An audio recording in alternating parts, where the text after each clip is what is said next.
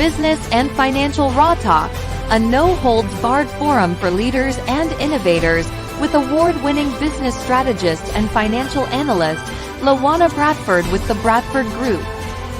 With Raw Talk, we are empowering women to rise and succeed in business and finances, and improve the world for the next generation.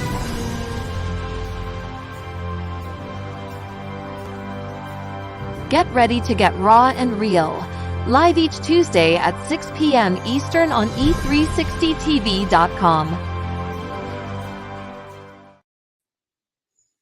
Good evening and welcome to another edition of Business and Financial Raw Talk. I am LaWanna Bradford, and I am also known as the connector. So I help you navigate through the obstacles of life and in business and find your way through to success by identifying those strategies to, again, obtain your goals as well as connect you to the money.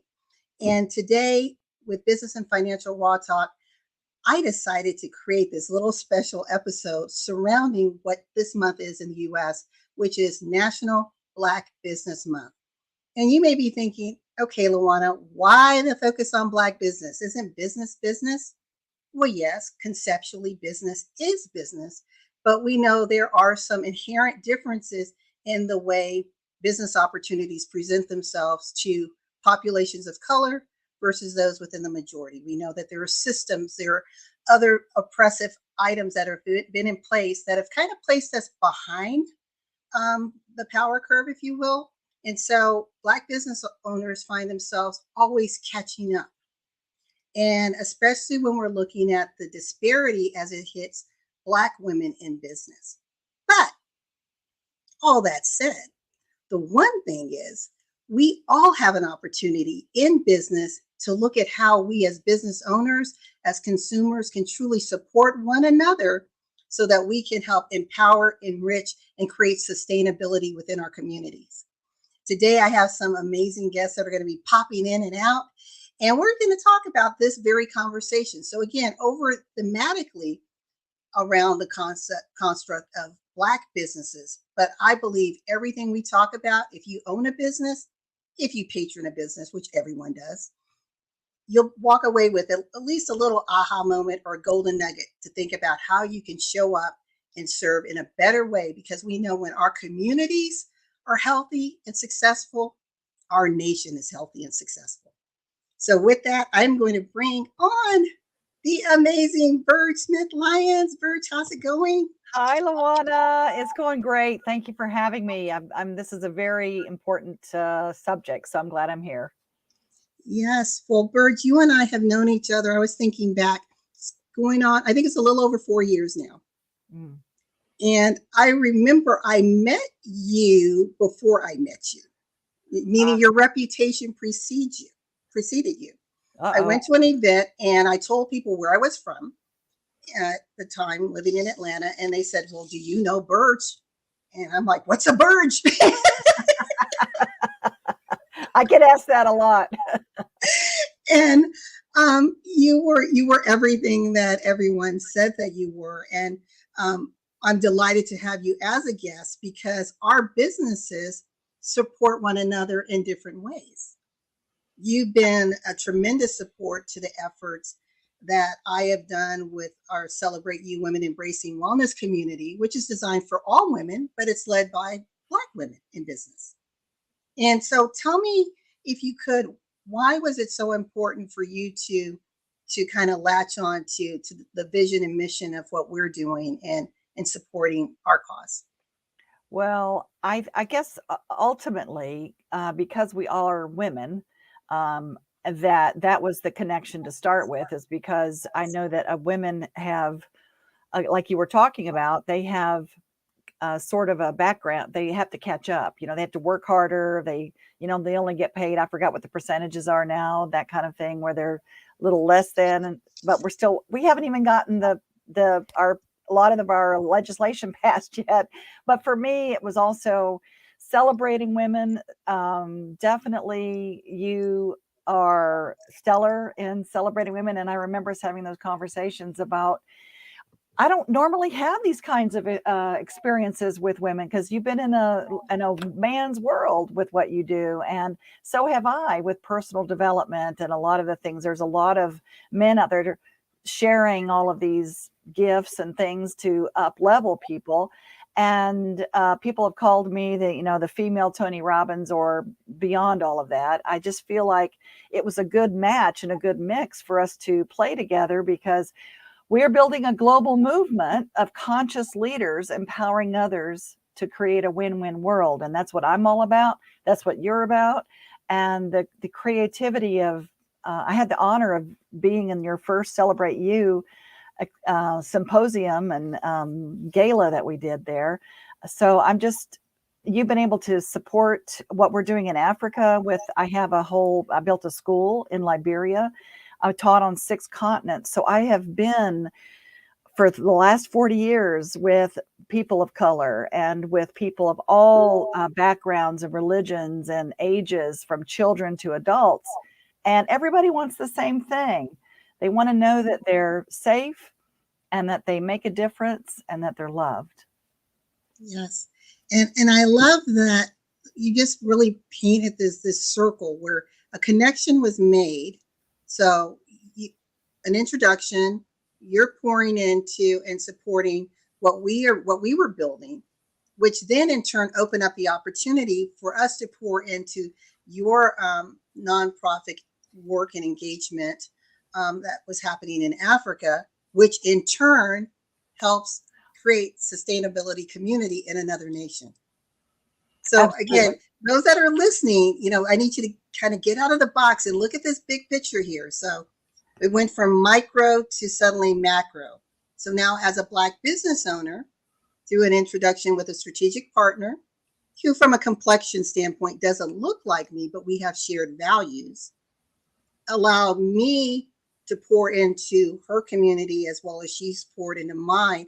And we're both creating sustainable communities on 2 different continents. Yes? Oh, yes, definitely. And like I said, since I've been in six continents, I'm pulling in all the time, and I love women, and I love women of color and any kind of background but I also work with men too, so I don't want to just cast them aside because we all have to learn how to cooperate and stand in our power and stand in our own magnificence and not back down, and also not be overbearing, but also how do you work in maybe a win-lose environment sometimes, and how can you hold your shape? How do you hold your integrity of who you are? And for me, it starts very young and it goes into our subconscious beliefs. And that's where I play in a lot with that and trying to support people in business and in their personal lives, because you're right.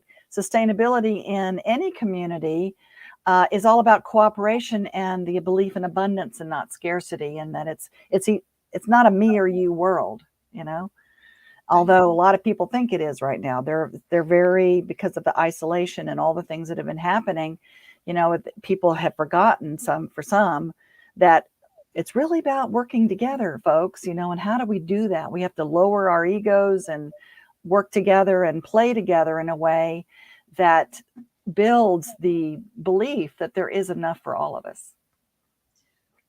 I'd like you, because I know we just have a couple more minutes with you. You run the Conscious Leadership Academy. So let's talk about that right now. That's right. What do you want to say to 2 audiences? One, to your Black business owners, especially women Black business owners. What can we do to rise up as conscious leaders? And then to those others who are thinking about, how can I better engage or support Black businesses? What would you like to say to them in tapping into that conscious leader and being intentional in their engagement? Great questions. LaWanna, you're so great at this. So the first one is why. Well, let me go back to the other one. Why support, quote, Black businesses, or why open yourself up to other cultures or backgrounds that you're not familiar with, or that you don't have the same life experience. And for me, it is all about what's inside of us. It's that innocence within, and to be able to uplift someone out of wherever they are in their prosperity consciousness, or wherever they are in their relationships and what they want out of life. To me, it's giving back. It's also the giving and receiving is the same energy. That's part of what I share and teach with people in our workshops and play shops and the Conscious Leadership Academy. But it's really about getting to the essence of your being and to support others and to learn more about their experiences and what's different than yours. It's really powerful to be able to create synergy. The whole is greater than the sum of its parts. And we're, no man is an island, right? Or no woman is an island. So it's really important to support, I feel, everyone. And it really does, for us to create unity, we really, in my world and in my opinion, and certainly in my experience over the last 45 years working with all types of communities and businesses and people, children and adults, is that we have to be able to learn how to let our vulnerabilities come out. My strength lies in my vulnerability. And to know that, again, it's not a me or you world. And the more we find out about each other, the less we'll have to really, that intentional place of having peace on earth. I mean, it sounds real lofty, but it really is the truth. I mean, it's, if you know the person and you meet them eyeball to eyeball and you're working with them or playing with them, it's a lot harder sometimes to really, stick it to them, as far as if you know the person or if you know where they've been. And it's really up leveling our empathy chip, I call it, and our faith lift, not a facelift, but a faith lift. And why I reached out to answer your other question, which was about why help, or what has been standing in the way, I think, of women in business and women of color in business. From what I've learned, it is about empathy. It is about understanding that they've, where the experience has been and where they are now. And for me, it's important for me to give and receive from women of color in business, because it up levels. I feel like I don't even know how to describe it. It's a lost experience for a lot of people. They don't understand, or women that I've worked with, especially women of color, and also women of different nationalities, not just white women, that they've been subservient. They've been told no. They've been told you can't. Been told a lot of things that are just not true. And to open up eyes and ears and awarenesses and open up the hearts to know that you have the power. You have the power to create exactly what you want if you believe in yourself, and to cultivate those relationships and cultivate those experiences that can support everybody in that, I feel like is only going to make it better for all of us, because of our integrity and empathy. And it truly is, we really are one people on this planet Earth. I agree. I think the pandemic, as tragic as it has been, has made us realize how small the world is and how similar we are in so many ways. And I'd love to talk to you longer. I have to have you back so we can dig a little deeper into this, and especially the work that you're doing with the Conscious Leadership Academy. I have your contact information here below. Please reach out to Bird Smith Lyons just to have a conversation, see about the work that she's doing all around the world. Like she said, she has taught on 6 continents. It's getting ready to plan a spiritual retreat to India, going to 6 cities, amazing 14-day experience. So anyone can be a part of that. If India is on your bucket list, reach out to her, and check out Essence of Being at essenceofbeing.com. Oh, bless you, bless you, bless you. Thank you so much. And all of you out there, remember, what you focus on expands. So focus on what you truly can create and want to create. And the other thing I'm going to say is, if I can't, I must. Good moniker to have, a good mantra. If I can't, I must. So go out and do it. Thanks so much, Birch. Take care. Thank you. Thank you, LaWanna. Bye-bye. Bye-bye. Well, I have two other individuals I'm going to bring up right now. And this is real important that the three of us are on here as women of color in business, Black women celebrating National Black Business Awareness Month. Ladies, how is it going? It's good. It's good. It's good. I have Gwen Marshall here with Ready Go Managers and Advisors, and I have Deborah Williams, who is with a Fresh Start Credit. Gwen is a expert in all things construction, all things building and development, hazmat. I mean, she is truly a woman in a non-traditional space in business and has been serving and mentoring and building up the next generation of women in this industry for, is it almost 40 years, Gwen? Yes, close. It's close. Yeah. That's close. And, Yeah. and Deborah Williams is, she's on the money side of the house. And what do I mean by that? She helps you get your credit in order so that you as a woman, as a family, as a man in this life can live the life that you want by having choices. Because when you improve your credit, it helps improve your choices, right? Yeah. Deborah? You're muted. You're muted.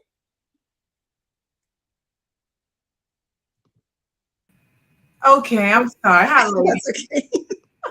Let me wake up. Yes, everything you said is correct. Yes. Finances and credit all work as one. Yes. Well, the reason why I wanted the three of us to come together at this time is let's just talk. This is business and financial raw talk. So let's get raw. Let's get real. Okay. And I love the work that Burge is doing. And like I was able to paint the picture of the circle that meeting her, and again, us not having any regards of our backgrounds, from a surface speaking, but having the connection from the backgrounds of our values and how those tie to the outcome where we are both pouring in to communities in different countries. I mean, it's so amazing the work that I'm able to do through her nonprofit in Africa. It's a big deal for me, right? It's like not only am I helping my Black and brown sisters in this country, but now I'm going back to the motherland, which is still on my bucket list to go to. And I'm able to touch and help children. But I want to talk to the two of you, and I want to hear, as a Black woman in business, what are some of the pain points that you've experienced? Because we know that it is much more challenging for us out there, even though we have the greater numbers going into the entrepreneurial ranks than any ethnic group. Just last year alone, I think we made up 40%. Wow. Going new entrepreneurs. Wow. That's huge. Yes. We tend to have higher education than any ethnic group. Yeah. So let's kind of talk about that and what your experience has been. I'll start with you, Gwen, and then turn it over to you, Deborah, if that's okay. Fine. Wow. Actually, for me, being in a very non-traditional occupation is my real pain point is being taken seriously. And that's not even just by the men, it's by women as well. They find it very hard to believe that a woman even, can be competent in the construction industry. And it's a very big challenge. It has always been a very big challenge for me. So it tends to actually make me have to take 2 steps backward in order to take 3 steps forward to even catch up, like you said, because I'm just not taken seriously on a lot of platforms. Can I ask you one question there? Yes. Because you're right. As Black women, we do have to prove ourselves a lot. I mean, we grew up, and all three of us grew up in very different households, raised by different parents. But I guarantee you, we all heard the same message. Mm-hmm. You got to study harder. You got to work harder to be perceived equal to those who who have half the education, half the experience. True. Very true. I mean, Deborah, did you kind of hear that? You have to do better, be better, work harder. Mm-hmm. I heard that, and I was raised around all boys because I was the oldest and the only female besides my mother in the house. But what my father told me, I never forget it, is what your brothers go across the street and may do, no one would ever talk about it. But if you go across the street and do it, you'll be the talk of the town. They will only take you seriously in negative things before they take you serious in the positive things. So he already showed me, like a male chauvinist, already starting young, even in the world, that men can do what they want and females will be ridiculed for that. The same thing that a man will do. Yes. And that was told to me like around 12 years old. I'm like, I don't think it's fair, you know. But then that's when I start seeing it. Yeah, I agree. I started seeing it about the same, and my father said the same thing to me. You'll never be able to, do what a man does, and people will be okay with it. They will talk about you and, see you very differently. And like you said, in a very negative light, opposed to positive. I know with you, Gwen, being in that non-traditional industry, and I think all three of us have been in that male-dominated industry. It's been harder. You find yourself having to flex, right, in a very different way. So it's like having, not that we haven't put these strikes on ourselves, but the world has said, strike one, you're a Black woman. Strike two, you happen to be a woman, right? And then strike three, you happen to try to play in a man's world, right? On the man's playing field. It's kind of hard. And with Gwen, I mean, in the construction world, how did you find your, I guess, grit when it came to taking over a business that you and your husband had built? And after he passed, to say, you know what, I'm going to keep on pressing with this legacy, because now you had the name that he was carrying, right? You were that supporting role. You chose to be behind the scenes, running the business, but still very critical. Now you're at the forefront, and you shared with me, suddenly you had to reestablish your reputation and credibility simply because he was gone, but the business was still a business entity. It was still viable, but they didn't see it that way. Yeah, that actually was very hard. It was very hard to do. What I actually found myself doing is that I had to find what I call my sweet spot. So in other words, what I did was I evaluated myself and what in the business that I was a key driving component. Because see, the thing is that you're absolutely correct. Most people saw me as behind the scenes, but there are a lot of things that people really didn't know about me because they didn't have the opportunity to sit down with me. They sat down with Ron instead. So what I did is that I just found the area for me that was solid, that I could manage, and that was what I took over. Yeah. Which was actually the management, because what they didn't know was they saw him, but I was the managing force. And that's the part that most people didn't know. The power behind the company, right?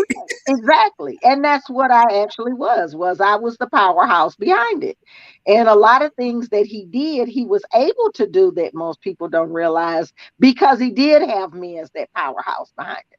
So with that said, I decided to take those tools that I had sharpened in my drawer, so to speak, and I took those, and that was what I started to work with.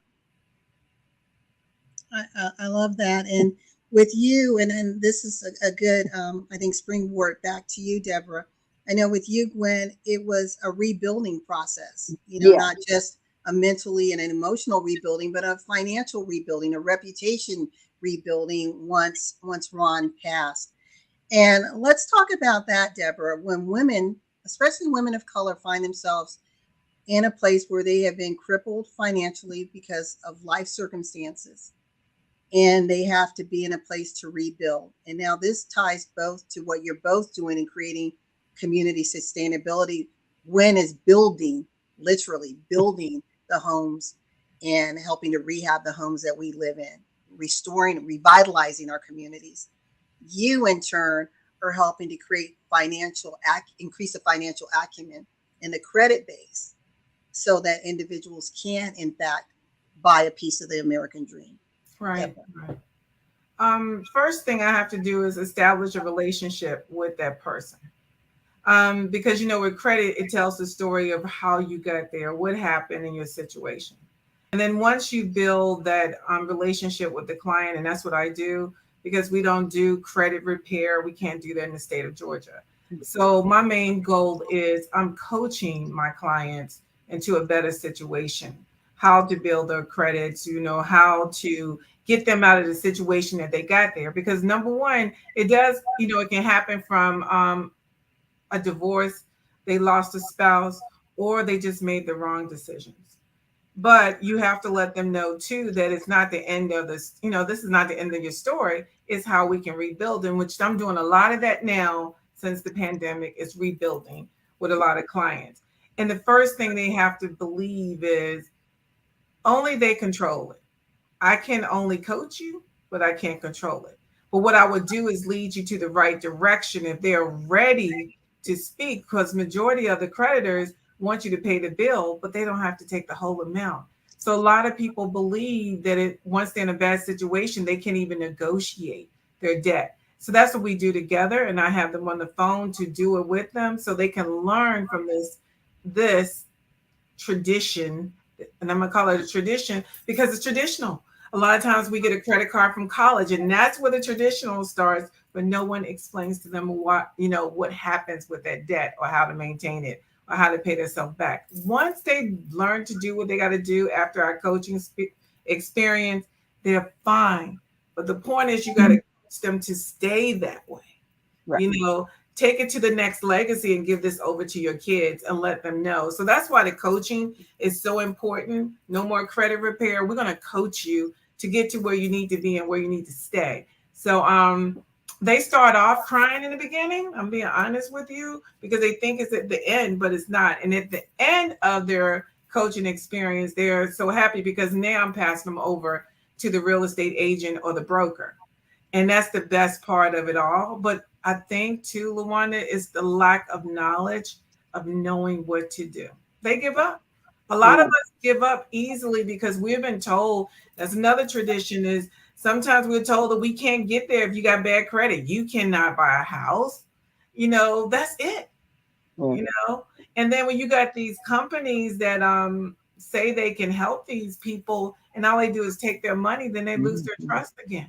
So that's why I said I have to build a relationship and let them know they can trust me first. But by building that relationship, you also got to have your clients to do the work. Pull your own credit report. Know how to read that report. So that's what I teach them to do so they can stand on their own. I want to ask both of you this question because it's a very important question, and then a closing question. So when we're talking about credit and women in business, Black women in business, we know that when you're comparing, and I'll just say Black women to white women going into a bank to get a business loan or business line of credit,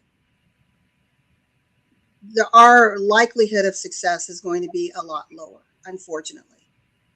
And so we tend to be saddled with more debt from the standpoint that we are taking from, maybe pulling from our retirement, our available household income in order to pour into our business, right? Because we're heard no all the time, but we are such a persevering people that we do find a way. We will suffer short time short term for the long term game, because we know we don't have certain luxuries. It just is. I mean, we are in a nation that has certain systems that are still in place. They do not ask you for your demographic data just because they want to know where the loans are going. Correct. You know, when you're signing who you are on there, there's a person on the other end that's looking at that application, and they are applying some biases and stereotypes when it comes to saying yes or no, or perhaps the percentages that they give. So I want to ask the two of you, because you've been doing this long enough, and you've been helping people long enough, that I think you can share at least one key tip to that woman who is thinking about coming into business, being that entrepreneur, that African American woman, or maybe she's a woman that's already in and is struggling. Deborah and Gwen, what one piece of advice would you tell her so that she is able to keep on pressing and knowing that she's really not alone in this fight, and that together we can rise? I'll go to Deborah and then to Gwen. I would say research first. I think what fails a lot of us in Black businesses is we don't do our market. We don't research the market. We don't research what we need to start the business. We just want someone to give it to us. And if we obtain this loan for our business, no one knows. Some of them do not know how to handle that money. They might blow it in the wrong direction, not put it toward their business. So I would say for any woman who's starting a business, first is to research and to structure their business first before they even think about using the money. Another point is that it's not always let's say someone else is not supporting us. Majority of the time, it's not us supporting our own selves, as far as Black on Black, because a lot of times they don't trust us. Our own people do not trust us with the business, because you can have it. LaWanna, you guys was my first client, but it was because of trust. And you have to build that, because as I tell my women in We New group is, you have to, once you attain the client, you have to do what you say once you have the client. You have to answer as soon as they call you, or at least within 24 hours. That's what take a lot of our businesses down with Black women, is because a lot of them do not do it's not a lot. It's just some of them. We do not do what we say. Once we have the business and the money, we don't move forward. We'll stay there because we don't know how to move. Yeah. Those are good points. To those that are listening, we are here talking about supporting Black-owned businesses and how we can build sustainable communities. I'm here with Deborah Williams with a Fresh Start Credit, as well as Gwen Marshall with Ready Go Managers and Advisors. And these are just their sentiments and their journey as a Black-owned business, as Black-owned business women.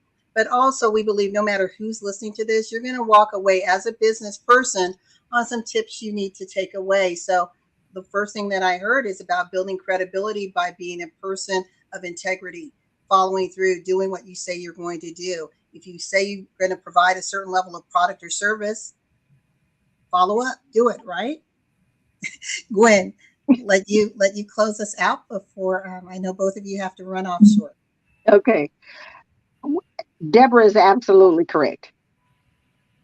I say have a plan or plan to fail.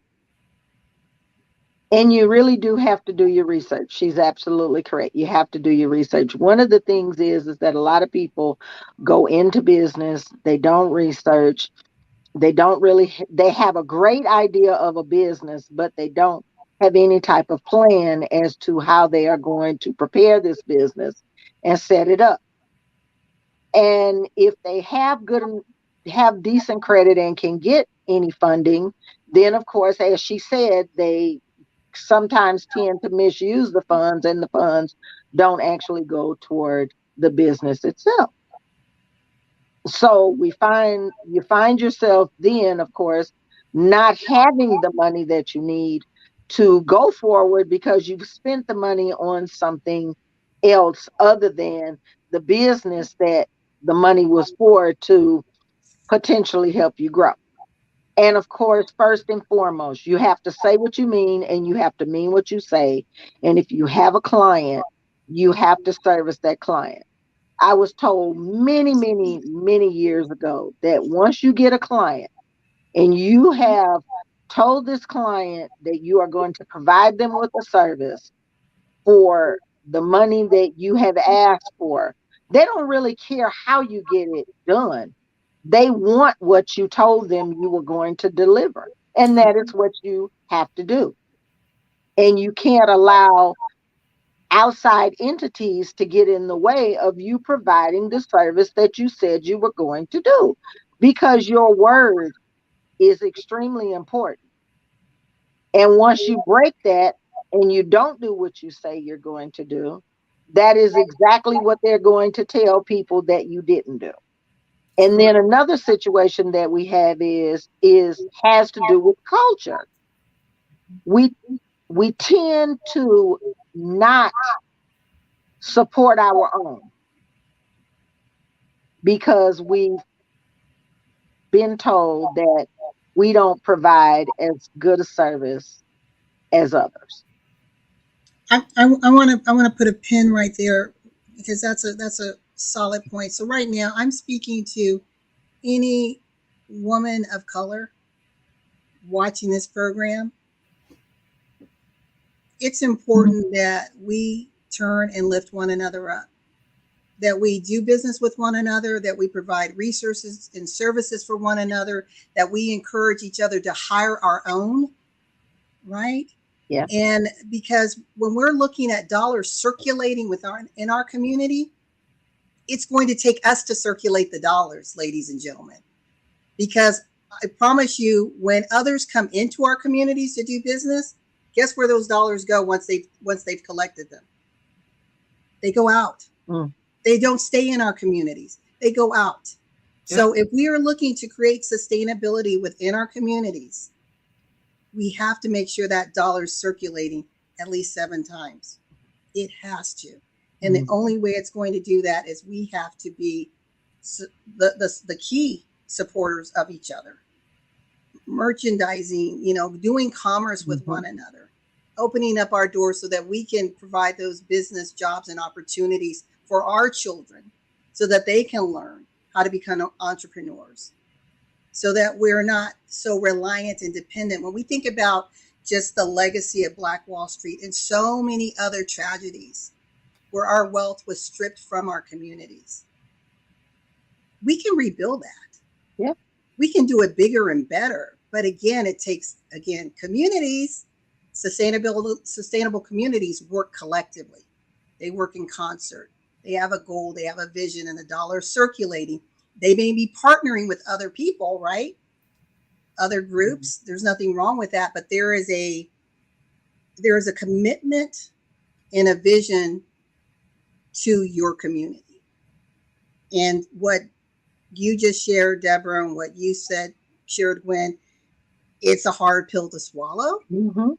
But let's take our medicine like the mature, educated people that we are, and let's do the right thing. Let's rebuild our communities, create sustainability, and create those amazing strategic partners with other people around the world so that we can collectively make humanity a better and a richer collective being, if that makes sense. Right?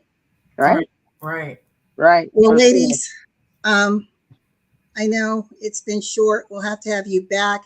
Please reach out to Gwen Marshall at Ready Go Managers Advisors on Facebook, Instagram, and LinkedIn, or you can email her at gwenmarshall1009@gmail.com. Deborah Williams, you can reach her on all things social media. She's so easy to find. And reach out to her on afreshstartllc.com. Ladies, thank you so much for joining me for this special edition, and I'll talk to you soon. Thank you for having me. Yes. Bye-bye. Thank you. Bye-bye. Bye-bye.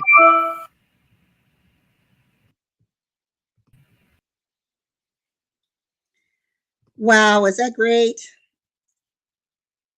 I am so excited because now I have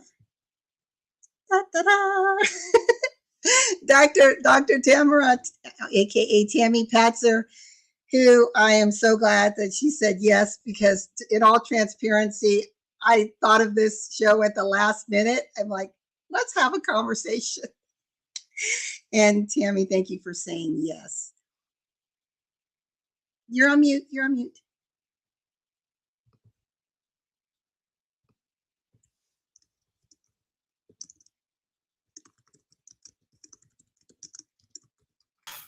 Okay. There you go.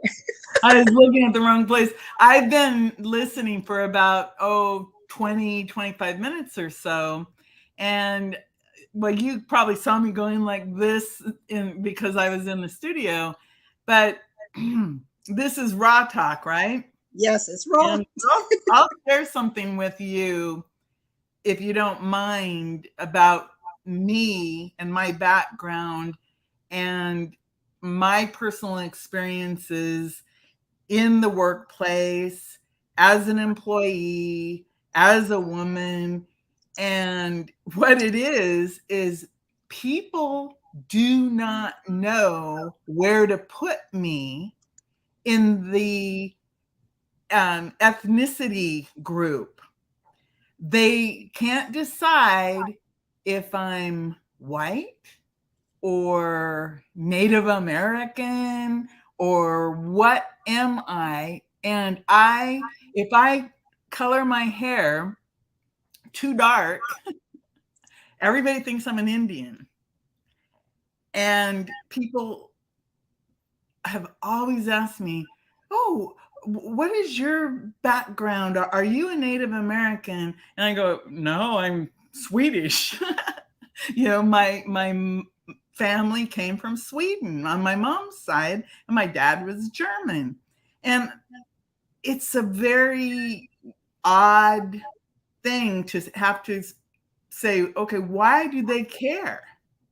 Why would you care what my ethnicity is?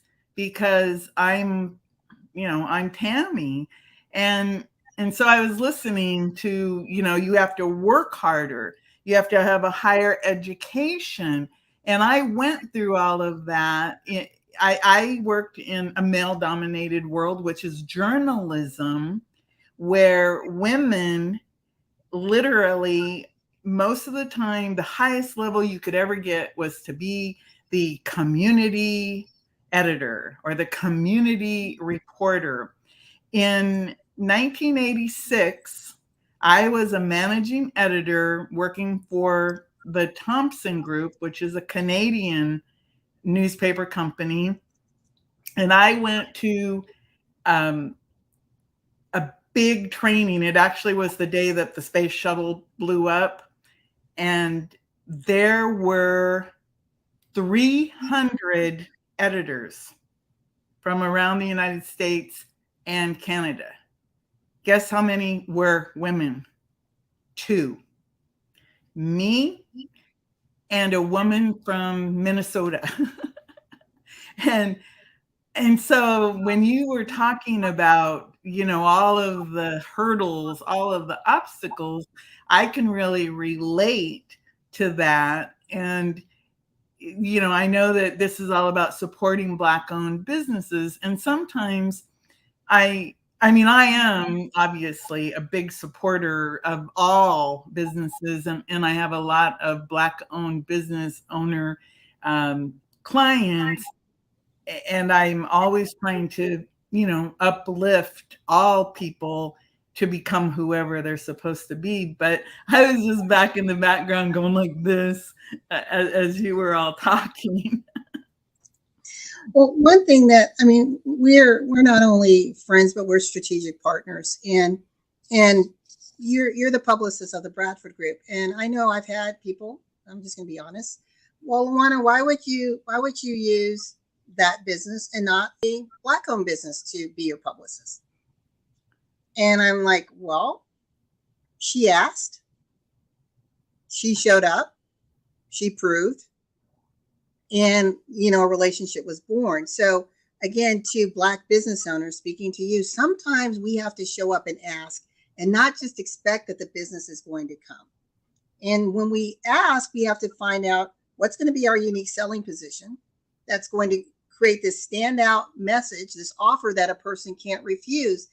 And not only did Tammy come up and ask, and she's probably bold, but she was comfortable in her skill sets and her knowledge to let me know what I wasn't doing right. Because I told her where I wanted to go, and she's like, well, LaWanna, that's, she asked for permission, but she's like, that's not going to get you there. And sometimes we can get a little beside ourselves. It's like, wait, who does she think she is? But what I leaned into was her expertise. She's in a lane I'm not in. And sometimes, again, I'm speaking to us as a people, we try to do everything ourselves. Why? I mean, let that burden go and look to people who have the skills and have the talents. And they may look like you or they may not. The question is, are you going to get to where you need to get to so that you can pour back into your community, other communities, to create the sustainability? Right? I mean, there's different paths to get to where you want to go. And one of the things that I like that you said to me, Tammy, when we were talking about different strategies, you said, well, I've been doing some research and here are these different African-American publications. And you wanted to find out, where was I trying to go with my messaging to see if you could, in fact, can I serve in that way? And I love that because you weren't pigeonholing me or pushing me down a certain path. And I think that when we're talking about supporting Black-owned businesses, you want people who first understand what your vision is, your why, and that they're linking up to helping you achieve your goals, right, Tammy? Absolutely. That is exactly it. When it doesn't, people put so much emphasis on things, and I understand it, about the skin color and different groups. But the truth is exactly what you said. You have to talk to each person as an individual and ask them those questions. Where do you want to go? Where do you want to end up? How do you want to grow your business, your authority, what is your big message? What is your big mission? Today, I was talking to a person, and because my name is Al Watson. And he was a Black man. We're talking, he goes, I don't think I'll stand out. And then he goes, I wanted to ask you a question about my name. And he says, Al is not my name. I said, oh, well, what's your name? He said, my name is Alprentice. And I said, oh, that's a unique name. That's a cool name. And then I said, well, what's the story? Is there a story behind your name? And he goes, yeah, I was named after the Black Panther, Alprentice. And I said, oh, well, what did he stand for? And he goes, oh, he stood for equality and to end racism. I said, oh my God, you want to embrace that story in your marketing because that is a good thing to stand for. And I said, you should be proud that that's your name. And instead of just going by Al Watson, go by your real name. And you should have saw him light up when he got that affirmation that he could own who he was. And I think that's important. All of us should be able to own who we are and be proud of whatever it is that we're doing, because we all have this really big message and this big mission. And that's my big claim to fame, to tell you the truth, is in 2016, right after the last, the election in 2016, I was doing my Women Innovators radio show. And that was when I had the idea to turn those interviews into Women Innovators books. And the idea was Women Innovators, women leaders, makers, and givers, women who make a daily difference. And I wrote a little note on my Facebook, and I said, I'm going to put together a book called Women Innovators, and do you want to be in it? And that was a Saturday morning. By Sunday evening, I had 64 women who had direct messaged me to say, I want to be in your book. Because at that time, everybody after that election, it was like, oh my God, we need to speak up. We need to have our voices out there. And that was a turning point for me in my business. And if you look at those 10 volumes, what I'm so proud of is the variety of faces in those book of those women, because they're all ages, they're all ethnic groups, all colors.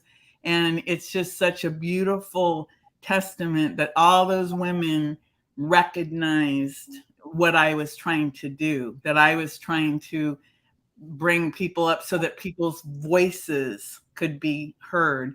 And I always say that, it's be found, be seen, be heard. I mean, it's all cliched now, but that really is what you're doing when you're out there working for all of these different positive things in the world. And I think the way you're showing up in that example alone demonstrates that we can come together collaboratively, collectively, to help further a message, further a cause. And sometimes those groups or those that type of push may be, homogenous. It may be everyone who looks just like you, and that's fine. But it may not be. It could be, partnering with a Tammy and other women who you will never physically meet, but you'll meet through this collection of powerful stories and know that your voices together are going to make a greater impact, are going to create this indelible mark around the world. And I love what you said, Tammy.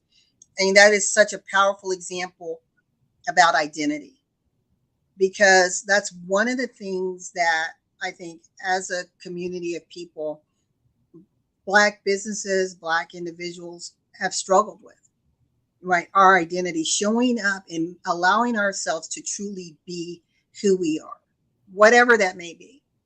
And even from the name. And I understand with what he was coming from, because he probably came from an era where it's like, well, that may sound too ethnic, so let's just truncate it. That way you're not judged before you're seen by your name, right? It's like, my brother's name is Harlan Bradford. You don't meet many Black people named Harlan. We're just not there.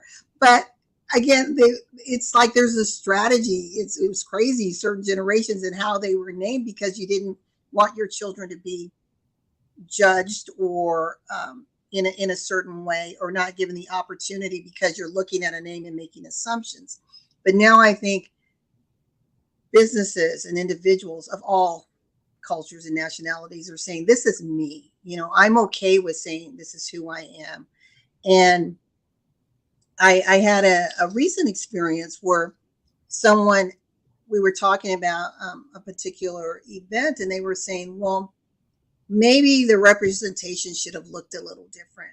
And it was their nice way of saying, perhaps, LaWanna, if they hadn't seen so much of a Black face on the front, maybe if you guys had kind of relegated yourself to behind the scenes and put a more diverse face up front, you might have had better engagement. And I sat back, Tammy, and I thought, wow, this is a conversation we're really having in 2022.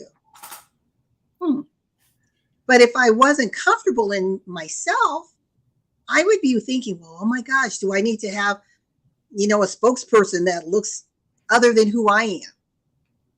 And so I think that example is so important. We have to be okay with who we are, represent ourselves as we are to the best of our ability, serving with excellence, living and standing in our values. And then I think the success that we want to see in all phases of business, whether you're Black business or not, will be more apt to come your way. And I want to talk about these 5 things, and I'd like you to pick one that resonates most with you before we get ready to sign off in a couple minutes. Okay. There are 5 ways that people can support Black businesses. You can shop Black business. You can promote business on social media. You can say, you know, every month I'm going to at least frequent a Black-owned restaurant. You can write reviews about a Black business, or you can offer mentorship and or resources. So Tammy, pick one and just kind of give your little, just kind of your take on whichever one of those that resonated most with you, and then we'll be signing off in 2 minutes. Okay. So what resonates with me is mentorship and resources, because what I've been thinking about, you mentioned about research. I'm always researching.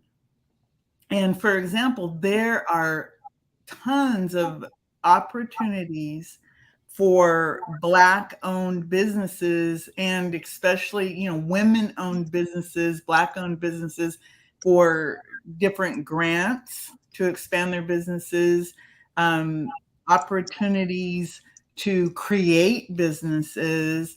And all it really takes sometimes is just a little stop and go, oh, I'm going to go Google, you know, Black-owned business grants, because a lot of these very large companies, let's say, and this is not accurate, but let's say Apple, Microsoft, Dell, MGM Grand Hotels, a lot of times they have what they call diversity grants.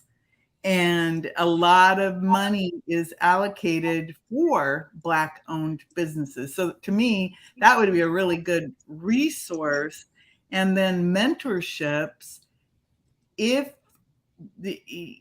there are all kinds of mentorships. For example, I have some clients in the Washington, D.C. area, and they're Black men who mentor young Black men, you know, young teenagers, to become good Black men.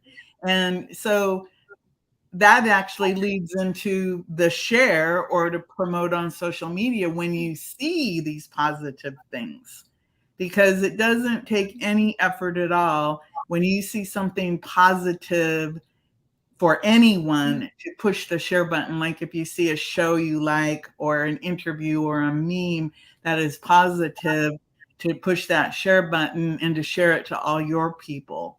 I'm pretty sure that people, if they were to ever see what I share, they know that I'm always sharing something. And if I share it, it means I think it's important for other people to know about. But there are lots of really good resources for Black-owned businesses. And sometimes all it takes is that Google search to start to find it, or ask other people who like to do research like me and say, hey, have you seen anything lately? And who knows, you know, I might say, oh yeah, I saw this, you know, because there's grants available, there's low interest loans, there's mentorship programs, small business development programs for both women and, you know, Black-owned businesses. It doesn't just have to be for women, but there's a lot out there. This has been great, Tammy, Dr. Tammy. Thank you so much for joining us. And these are 5, again, basic ways you can support. You can shop a Black-owned business. You can mentor, provide resources, as Dr. Tammy just mentioned. You can support a local restaurant. You can write a review, and you can promote on social media. How difficult is it to point, click, share, right? It's literally easy. Click on share. Yeah, so we're trying to take the stress off of you. It's no stress. It's just you see something, you like it, or you want to just try it. And again, just as you favor having good reviews about your businesses, your services, all businesses feel the same way. So think about that next time you are introduced to a Black-owned business, and learn a little bit more. Or if you see, sorry about that. Or if you see a post that you like and that resonates, maybe comment, find a little bit more about it, and then just go beyond the like, hit share.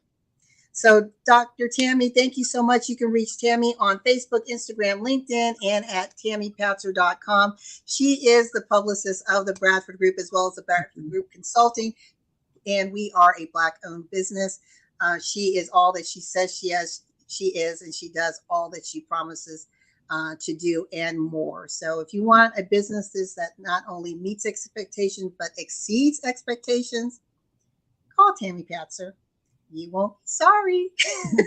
Thank you so much. I appreciate the invite, and I was really honored that you invited me to show up tonight. It was a great opportunity. Thank you.